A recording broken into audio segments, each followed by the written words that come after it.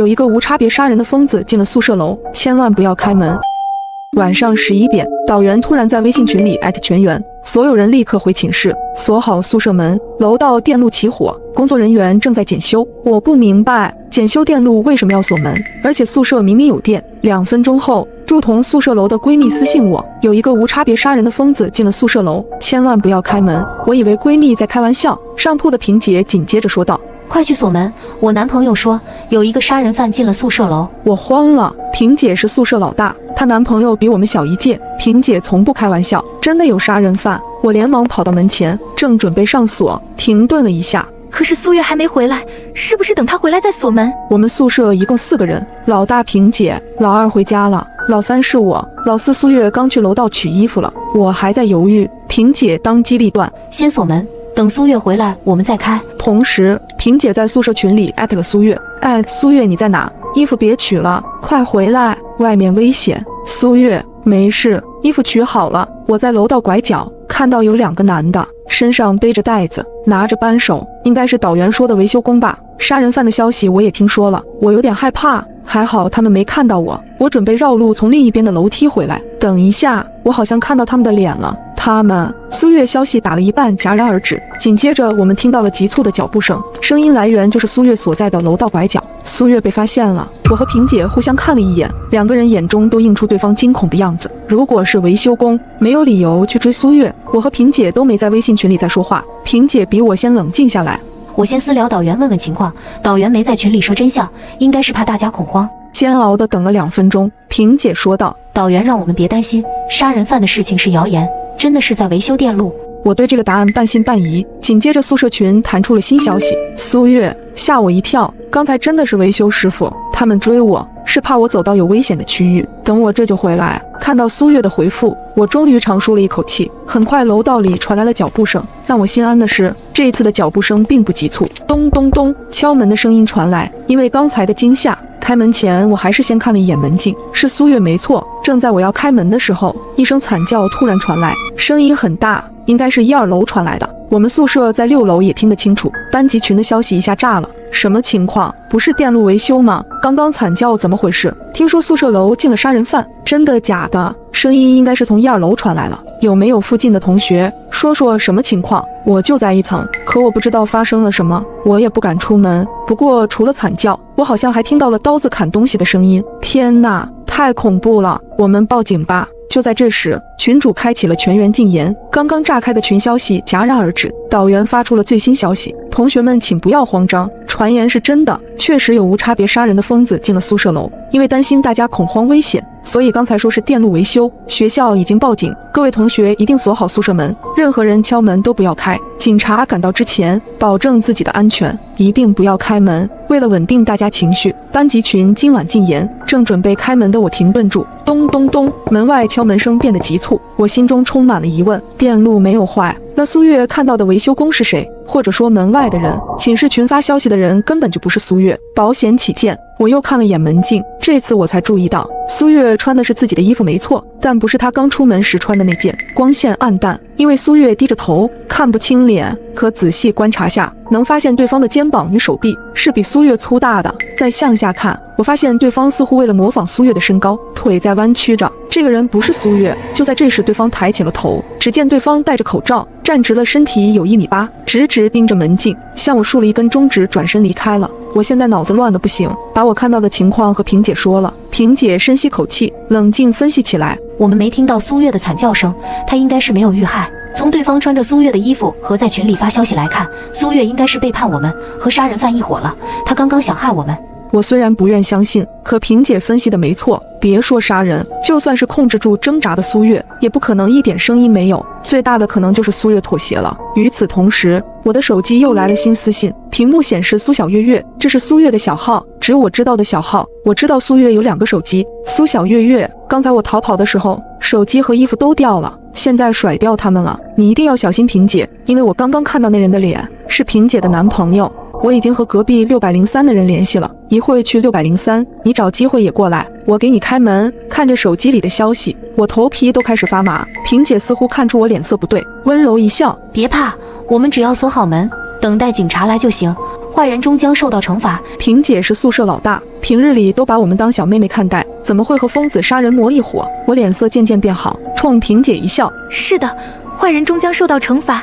不知道为什么，感觉当萍姐听到我这句话的时候，脸色有些奇怪。而就在这时，我的手机又响了，导员又拉了一个新微信群，几乎全楼的人都在，少了几个人，应该是漏了吧。刚拉完人，导员就在群里艾特全员，我被他们控制住了。之前消息也是他们发的，之前用我身份发消息的目的就是告诉大家学校报警了，其实根本就没有人报警，我说话会被发现，同学们快报警。另外，本楼不在群里的人都有问题，千万小心。消息发完的几秒，群里异常安静，群里没有禁言，也没人说话，似乎都在消化这些信息。导员被那群疯子控制住了，貌似发了刚刚的消息。从那群疯子进宿舍楼到现在，根本就没人报警。这个宿舍楼里有人和那群杀人的疯子暗中勾结，我则第一时间点开群成员查看更多，搜了萍姐的微信名，发现群里竟然没有萍姐，我整个人愣在当场。结合导员和苏月的消息，我确定萍姐有问题。现在思考起来，之前门禁里看到的男人虽然戴了口罩，可身高、发型、气质、眼神都和萍姐的男朋友陈哲太像了。我拼命控制自己的表情，不让萍姐发现变化，可是我控制不住。就在这时，灯灭了，全楼的灯都灭了，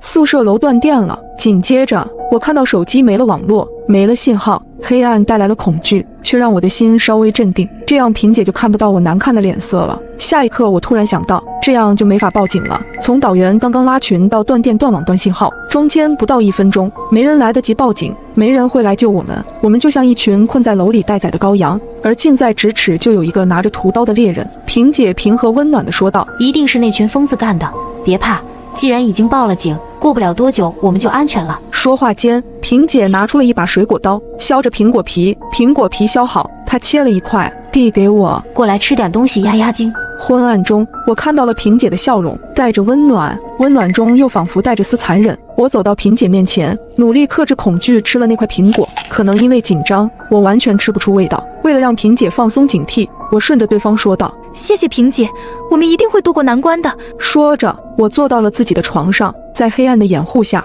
小幅度地摸索着能对抗萍姐的东西。萍姐突然笑道：断电之前，你看着手机发呆了好一会，是不是有什么别的消息？手机给我看看，我帮你分析一下。我心中突然一顿，导员的消息，苏月的消息，我都还没来得及删，萍姐的手已经伸了过来。我没有理由不给萍姐看，如果不给，就会被对方发现我知晓了一切。控制住手的颤抖，我拿着手机的手伸了过去，准备趁着对方接手机的时候跑出宿舍。就在萍姐即将触碰到手机的时候，一个女生的惨叫突然传来，声音中带着惊恐和绝望。而这一次，惨叫的声音无比清晰，就在我们楼上。我和萍姐的身子都顿了一下，我顺势收回手机，抱住了萍姐。萍姐，我害怕。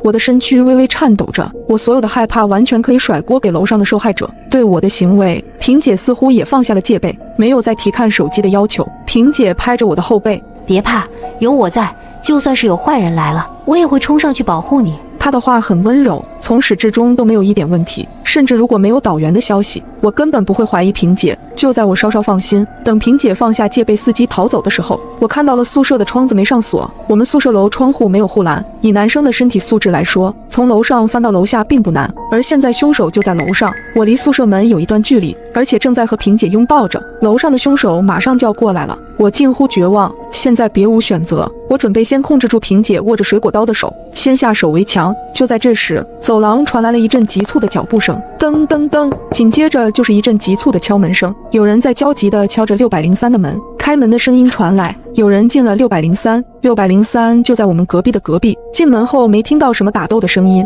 应该不是坏人。结合之前苏月发的消息，我断定这个人就是苏月。我去看看。萍姐似乎想要阻止我，可因为我刚刚的表现没有异常，她没有强制控制我的打算，还不忘提醒我一声小心点。我装模作样的在门边看了眼门禁，外面很安静，空无一人。接着我转过头看向萍姐，外面没人，我们这里暂时还安全。我正说着话，就看见一道人影从楼上爬到我们窗户，他的动作很轻，没有发出一点声音，因为他背对着月光，所以看不清他的样貌，隐约间能看到他1.8米上下，嘴里叼着一把刀子，双脚踩在我们宿舍窗户的时候，这人单手对我竖起了一根中指。我背靠着宿舍门，面朝宿舍窗户，而萍姐面对着我，她还没有发现身后来人。下一刻，我突然从衣兜里拿出一个巴掌大的手电筒，黑夜里，手电筒突然绽放出强光，强光照到萍姐和那个黑影男脸上，让两人眼睛一阵刺痛。抓住这个空隙，我连忙打开宿舍门逃走。你死定了！黑影男一声怒骂，随手扔过来一个物品，砸在我头上，还好东西不重，没影响我逃走。我拼命跑到603，然后开始拍门，咚咚咚，我听到了身后急促的脚步声，听到了男人和萍姐怒骂的声音。如果603不开门，我就死定了。咔嚓，门开了，苏月把我拉进了宿舍，并以最快的速度关上了门。算上我，宿舍里现在有6个女孩，原本的宿舍4人，加上我和苏月。苏月抱着我不断安慰，想不到萍姐和陈哲是这样的人。调整好情绪，我把刚刚的经过讲给几人听，并回忆着黑影男的样子。确定是陈哲没错，苏月说道。之前萍姐有说过，她在高中的时候有一段时间跟小混混们走得很近，也许她性格一直这样。另一个女生跟着说道。我和陈哲高中一个市的，他很出名，是个学霸，高考前的全市联考考了700多分，所有人都默认的清北人选。可高考的时候发挥严重失误，只考了400多分，才来了咱们学校，可能受了刺激吧。我一听心里更慌了，这还是个高智商罪犯。就在这时，苏月看到我手上拿了一个小球，问道：你手上这是什么？逃命还不忘带着。我这才发现手里拿着一个塑料材质的圆球，回忆了一下，刚才陈哲从窗户进来的时候，看我要逃，随手扔过来砸我的，幸亏这东西不重。这时宿舍门被敲响了，敲得很急促，大家刚刚缓解的情绪立刻又悬了起来。门外竟然传来了萍姐的声音：酱汁，快开门，我男朋友陈哲要杀我，我好不容易才逃出来，刚刚你把我丢下不管，我不怪你，快开门，再不开门，我要死在这了。我心头一沉，从目前的线索来看，萍姐99%是坏人。抬起头，我也看到了宿舍里其他人都警惕地看着我，生怕我开门。我对大家一笑：你们救了我，我不会害了大家的。萍姐还在急促地敲门，还在央求我们信任她。突然，我手里的塑料小球发出了声响，从里面传出了男人的声音：海平想杀你们，千万不要给他开门。直到这时候，我们才开始观察这个小球，竟然是个小型对讲机。更重要的是，对讲机的声音是陈哲，陈哲是萍姐的男朋友，至少我和苏月是见过他的。一时间，所有人都露出了不可思议的表情。陈哲不是坏人吗？苏月面色凝重，紧跟着分析：陈哲知道了萍姐敲不开门，所以想要取得我们的信任。不过眼下统一的战略就是不给萍姐开门。外面的萍姐似乎敲累了，一声叹息：我不怪你们，毕竟杀人犯是我男朋友，我身份敏感，你们要保护好自己，我也会保护好自己的，不然我被坏人杀了，你们也会自责的。话落，敲门声停止了，随之而来是一阵跑动的脚步声。萍姐应该是走了，但我听到萍姐最后说的话，心中还是有些疼。忐忑当中，我又看了看门禁，楼道很黑暗。突然，宿舍门外一只眼睛贴在了门外的门镜上，我吓得尖叫一声，随即门外的人拉远距离，我刚好能看清，就是刚刚佯装离去的萍姐。不过现在的萍姐不再伪装，脸上露出奇怪的笑容，笑容映衬着走廊微弱的绿光，显得阴森可怕。酱汁，你可真残忍啊，把我拒之门外。还有苏月也在里面吧，时间有的是，我们慢慢玩，谁也逃不掉。你们知道我参与了这件事，所以必须死。我们宿舍里的6人互相看了看，明显比刚才要慌了。萍姐说的没错，我们知道了她的身份，她一定不会放过我们。苏月壮着胆子冲门外说道：萍姐，咱们宿舍的关系一直很好，你很温柔，很照顾我们，我们也真的把你当姐姐看，你为什么要针对我们？为什么要参与做这种事？我也紧跟着说道：是啊，萍姐，你是不是有什么苦衷？我们是姐妹，我们可以帮你的。哈哈哈哈！门外突然传来一阵笑声，萍姐在放声大笑。萍姐用力踹了一脚宿舍门，知道踹不开，只是单纯的发泄。我这么做当然是觉得好玩呀，我喜欢欺负别人，喜欢看到别人害怕我的样子。高中的时候，我把一个人的头按进了厕所，还拍了他的照片，甚至还威胁他跳了楼。之后我洗清了身上的嫌疑，警察根本没证据抓我。我听到萍姐说的话后大吃一惊。萍姐，你说过坏人终将受到惩罚。萍姐笑着说：你们都死了，就没人知道我是坏人了。况且今晚动手的是我男朋友，就算警察来了，我也只是个无辜的受害者。漫漫长夜，你就在恐惧中等着我吧。说完，萍姐又踹了一下门，接着门外安静了下来。萍姐似乎失去耐心离开了，而我们就像一群待宰的羔羊，相互对视着。与其等死，要不然我们出去跟他们拼了。好，苏月的提议得到了大家的认可。就在我们拿上扫帚、拖把等武器，准备打开房门时，圆形对讲机又响了起来。陈哲的声音再次传来：不要出门，外面不止我们2人，果然萍姐还有其他帮凶，推断应该是和她同一高中的那群混混。我冲着对讲机喊道：陈哲，如果你真的想救我们，就赶快报警。没想到陈哲并没有正面回答我，坏人终将受到惩罚。话落就听到楼上传来一声惨叫，宿舍里的几人再次陷入了恐惧，还没回过神来，房门被人敲响。苏月看了一眼门禁，门外是隔壁班的一个女生，女生焦急地说着：救救我，快开门！是张雪。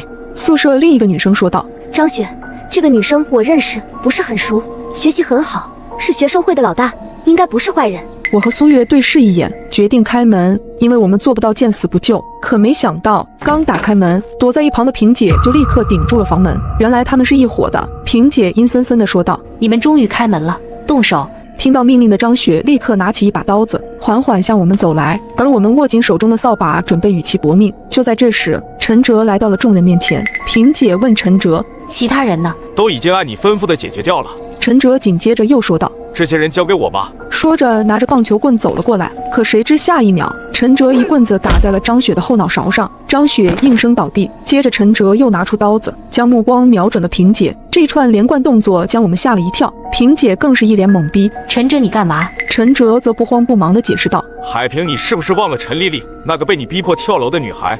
她是我的妹妹。萍姐一听，这才反应过来，原来这一切都是你策划好的，想方设法接近我，就是为了给你的妹妹报仇是吗？陈哲微微一笑：海平，坏人终将受到惩罚。说着便一刀刺入了萍姐的身体。而此时楼外也响起了警报声，随后陈哲意味深长地看向我们几人，仿佛在说：对不起，让我们受惊了。陈哲没有逃跑的打算，而是像我们一样等待着警察的到来，哪怕他知道自己将会面临永久的牢狱生活。事后我和苏月也从警察的口中得知，被绑架的辅导员等其他同学都只是受到了惊吓，并没有受到身体上的伤害，受害的都是当年霸凌陈哲妹妹的混混，这其中也包括我们宿舍的老二陈梦。他其实根本没有回老家，而是第一个被陈哲设计好除掉了。